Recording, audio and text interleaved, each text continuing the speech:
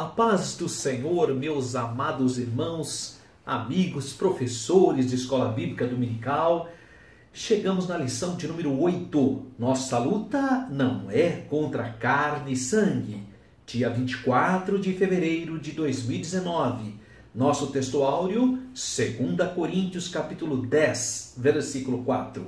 Porque as armas da nossa milícia não são carnais, mas sim poderosas em Deus, para a destruição das fortalezas.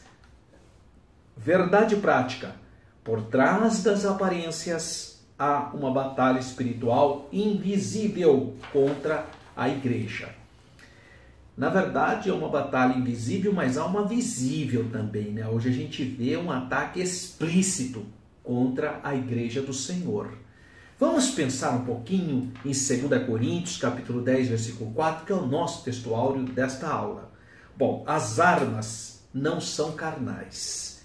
Bom, Paulo quis dar a entender os métodos desse mundo. As atitudes mundanas, as ações mundanas, mediante o que os homens incrédulos procuram realizar seus propósitos neste mundo. Pelo contrário, Paulo não apelava para as paixões perversas humanas, para o orgulho e a ambição humanos, conforme os homens fazem. Então, diferentemente do sistema do mundo que utiliza a carne, que utiliza as paixões, que tenta seduzir as pessoas através da imoralidade, da impureza sexual, das ideologias infernais, ideologias de destruição, diferentemente de tudo isso, agora vem o apóstolo Paulo e fala: nossa arma não são carnais, as nossas armas não são carnais. Então ele fala, porque as armas da nossa milícia não são carnais. Aí ele faz o contraste, mas sim, poderosas em Deus, são espirituais para destruir fortalezas. Essas fortalezas, pode ser que ele esteja falando literalmente de fortalezas, de bastiões de pecado, mas ele pode também estar dizendo de sofismas, né? Ideologias falsas. Na verdade, meu amigo, esse versículo ele é extraordinário, minha irmã, meu irmão. Por quê? Porque as armas dadas por Deus para você e para mim são baseadas na palavra de Deus, e a palavra de Deus esmiuça a penha, graças a Deus. Um dos problemas da esterilidade espiritual nas igrejas tem sido a falta de ministração da pura palavra de Deus. Existe muita confissão positiva nas igrejas, existe muitas declarações positivistas, muitas lorotas, muitos experiencialismos carnais, mas o que muda o homem, o que transforma a vida, o que produz o novo nascimento no indivíduo é a santa palavra de Deus. É a palavra de Deus. Quando o Senhor fala ali em João capítulo 3 sobre o novo nascimento, ele fala que tem que nascer da água e do Espírito. O Espírito é o Espírito de Deus, mas a água ali não é o batismo, não é água batismais que não salva ninguém, não. Ali a água é a palavra. A palavra de Deus são águas purificadoras. Então, a nossa milícia, as armas da nossa guerra não são carnais, não são seduções, confissões, rituais, porque isso é tudo humano e passageiro, mas está baseado no sobrenatural, na interferência do Deus vivo, no poder de Deus sobre as nossas vidas, graças a Deus. Leitura bíblica em classe, Efésios capítulo 6, versículos 10 a 12. E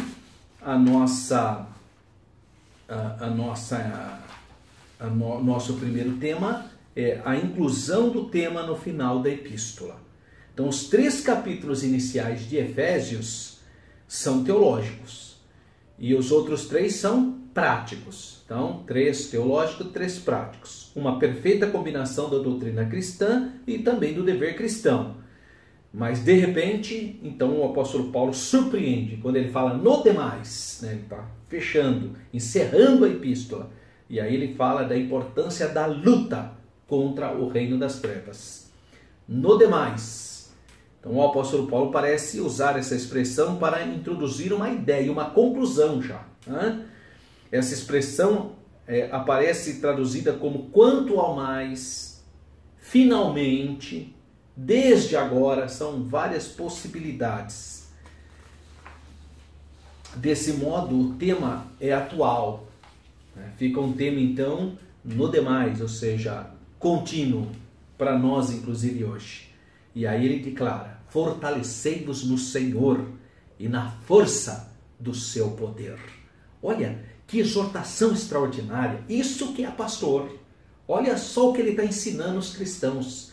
No demais, irmãos, depois que ele fala de tratado teológico, de práticas cristãs, mas quer saber uma coisa? No demais, finalmente, fortalecei-vos no Senhor. Ou seja, entra no seu quarto, conversa com Deus, fale com Jesus, leia a Bíblia, ore, busque a presença de Deus, busque o batismo no Espírito Santo, tenha experiências gloriosas com Deus, você mesmo. Para de acessórios, de ficar dependendo dos outros. Ai, eu vou buscar oração naquela irmã que ela é uma bênção. Ai, eu vou lá para o pastor pôr a mão na minha cabeça. Para. No demais, estejam, meus irmãos, fortalecei-vos no Senhor e na força do seu poder. Jesus é o sumo pastor. É Jesus que se importa pela sua vida. Então tenha uma experiência pessoal com o Senhor Jesus. O emprego também aqui da figura da linguagem. Isso é interessante, né? Porque são figuras linguísticas, não são recursos linguísticos, figuras de linguagem. Ele usa aqui, porque não temos que lutar contra a carne e o sangue, mas sim contra os principados, contra as potestades, contra os príncipes das trevas deste século, contra as hostes espirituais da maldade nos lugares celestiais. Olha, então ele entra numa dimensão de guerra espiritual. Não é? Então, nessa expressão, nós observamos então que há uma atuação numa esfera espiritual das potestades. Potestade significa poder, poder das trevas. Agora, claro, essas potestades, essas forças espirituais do maligno nem se compara ao poder de Deus, hein, irmão? Tá? Porque às vezes nós ficamos meio dualista, né? Bem, mal, bom, ruim, branco, preto, dia, trevas, Deus, diabo. Não, pode parar. Deus lá em cima, o diabo lá embaixo. Não se compara. Porque quem que é o diabo? Quem que são? Eles foram criados anjos e se transformaram nisso. Mas eles, né, são criaturas, né? Não dá para comparar com o Criador, né, irmão? Não dá, né? Então Deus é supremo, glorioso, santo, criador dos céus e da terra. O diabo é uma criatura. Então não vá querer deixar o mesmo nível, porque não tem o mesmo nível. Tá? Um Deus, diabo, lá embaixo. Tá? Outra coisa, é criatura. E aí nós temos um subsídio pedagógico interessante, porque ele vai fazer uns resumos gerais, propósito, tema, da Epístola aos Efésios. 2. A dependência de Deus. Isso é importante. O apóstolo emprega uma metáfora militar. Né? É bem plausível que, pelo fato de Éfeso ser uma cidade bastante romanizada, ter muitos soldados nessa cidade de Éfeso, né? Ser um porto muito importante da Ásia Menor, atual Turquia. E então, por ser um local de muitos soldados, ele tenha usado então essa perspectiva também militar.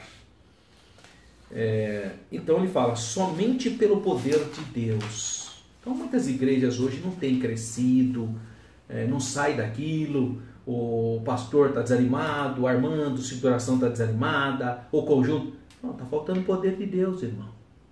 É o poder de Deus, para ter experiência com Deus. Uma igreja que não ora, que não se consagra, que não jejua, que não busca a presença de Deus, fica assim mesmo. Vai perdendo, vai virando um clube social. Então que Deus nos livre. E aí, irmão, quando perde oração, busca do batismo no Espírito Santo, leitura da palavra, estudo da Bíblia, quando deixa essas coisas, começa a entrar outras. Aí entra teatro, danças, reviravoltas, filmes, porque não tem mais, né? Aí daqui a pouco as pessoas vão comer pipoca e assistir um filme. Né? Quer dizer, olha que situação. Eu não sou contra isso, mas isso deve ser exceções, não pode virar regra. Não tem que ter um culto, todo culto é isso. É uma exceção. Uma vez os jovens se reúnem, querem fazer uma coisa diferente. Exceção. Exceção não é regra. A gente nem cita exceção porque não é regra. mas não pode ser a regra. A regra é buscar a presença de Deus, é a oração sincera, é motivar o povo a orar, a ter sede de Deus, a ter sede da palavra, incentivar a ler a Bíblia, a adorar a Deus na beleza da sua santidade. Poder de Deus, precisa de poder de Deus. 2, o revestimento da completa armadura de Deus. Então ele fala revestivos. Aí vai uma ideia bastante militar, né? De toda a armadura de Deus. Isso significa de todos os recursos espirituais que Deus coloca à sua disposição. Batismo no Espírito Santo, o dom da ciência e da sabedoria, o dom do discernimento de espíritos, o dom da fé, o dom de cura, o dom de maravilhas, o dom de línguas, variedades de línguas. Todos os dons que Deus colocou à disposição da igreja cristã. E os métodos do diabo? Astutas ciladas. Olha que coisa. Esperteza, artimanha. Porque desde o princípio assim. Como é que Satanás derrubou o primeiro casal, nossos primeiros pais, Eva? Isso aqui, esperteza, sutileza, ilusionismo. Então que Deus nos guarde, que nos dê discernimento. Síntese do item 2. Somos dependentes do poder de Deus e de sua armadura espiritual para debelar a estratégia do diabo. Há um subsídio bíblico bastante interessante do comentário bíblico pentecostal do Novo Testamento, que você pode ler com calma. E o tópico 3, contra os poderes das trevas, carne e sangue. O apóstolo começa apresentando a luta interna do cristão, porque não temos que lutar contra carne e sangue. O termo carne tem vários significados na Bíblia. Carne e sangue aparece várias vezes na Bíblia. E a Bíblia fala que a carne cobiça contra o espírito, e o espírito contra a carne, e esses opõem-se um ao outro, para que não façais o que quereis. 2, os principados e potestades. Bom, os dois termos, principados e potestade. Principados vem da palavra grega arcai, que vem de arcon, que significa governador. Né? É uma ideia de poder para potestades. Então, tanto principados como potestades, está falando de poderes. Né? O apóstolo Paulo emprega o termo tanto para anjos como para demônios, porque seria uma hierarquia aos avessos. Né? Desse modo, a expressão refere-se a governos e autoridades espirituais. 3, dominadores deste mundo tenebroso. Olha, príncipe das trevas desse século, governadores do mundo das trevas. Então, o termo grego aqui, de príncipe, também é a ideia de governador. Tanto é que em Mateus 12, 24 fala de Baal-Zebut, né, o príncipe dos demônios. E aqui o apóstolo Paulo emprega então um termo bem interessante, né, a ideia de dominador. O uso plural mostra que Paulo não está se referindo ao próprio Satanás, mas a hostes, a principados, a poderes espirituais da maldade. E aí ele fecha no item 4, nos lugares celestiais. Nós não sabemos exatamente onde é isso. Tá? O apóstolo acrescenta, contra as hostes espirituais da maldade, os lugares celestiais. Parece que Paulo coloca todos esses anjos decaídos no mesmo bojo. A expressão lugares celestiais é bastante intrigante, não é? Essas palavras regiões celestiais aparecem em várias partes na Bíblia. Agora, como podem essas hostes infernais estar nas regiões celestiais? Não parece que é um contrassenso? Uma explicação convincente é que se trata da esfera espiritual invisível, em oposição ao mundo material. Bom, essa é uma boa resposta, né? Mas a gente não tem como afirmar categoricamente, porque são questões espirituais. Nós temos aqui outro subsídio e as considerações finais. Com base nas palavras do apóstolo Paulo, ficamos sabendo que existem diferentes classes de espíritos maus, que são enumerados como principados, potestades, príncipe das trevas, hostes espirituais da maldade. Quer dizer, existe uma hierarquia também no mundo das trevas. O universo é um campo de batalha. E nisso não precisamos enfrentar apenas o ataque de outras pessoas, mas também de forças espirituais que se opõem a Deus e à sua igreja. Tá? Então, que você tenha uma aula abençoada, assista o nosso vídeo aula, compartilhe, acesse o nosso site www.professoralberto.com.br. Pode falar. Shalom, Ani More Alberto, Naim Eod Levakir Otar. Eu sou o professor Alberto, Muito prazer conhecer você e eu quero convidá-lo para participar da nossa viagem para Israel, novembro de 2019. Eu gostaria de convidar você para fazer parte desse grande evento, primeira quinzena do mês de novembro de 2019. São 15 dias inesquecíveis. Visitaremos as 7 igrejas da Ásia, a cidade de Istambul, na Turquia, e depois iremos para Israel, do norte ao sul. Além de todo o conforto turístico, você terá um verdadeiro curso teológico. E eu quero te convidar para fazer parte desse evento. Entre em contato, acesse o site www.professoralberto.com.br. Lerri Traotti.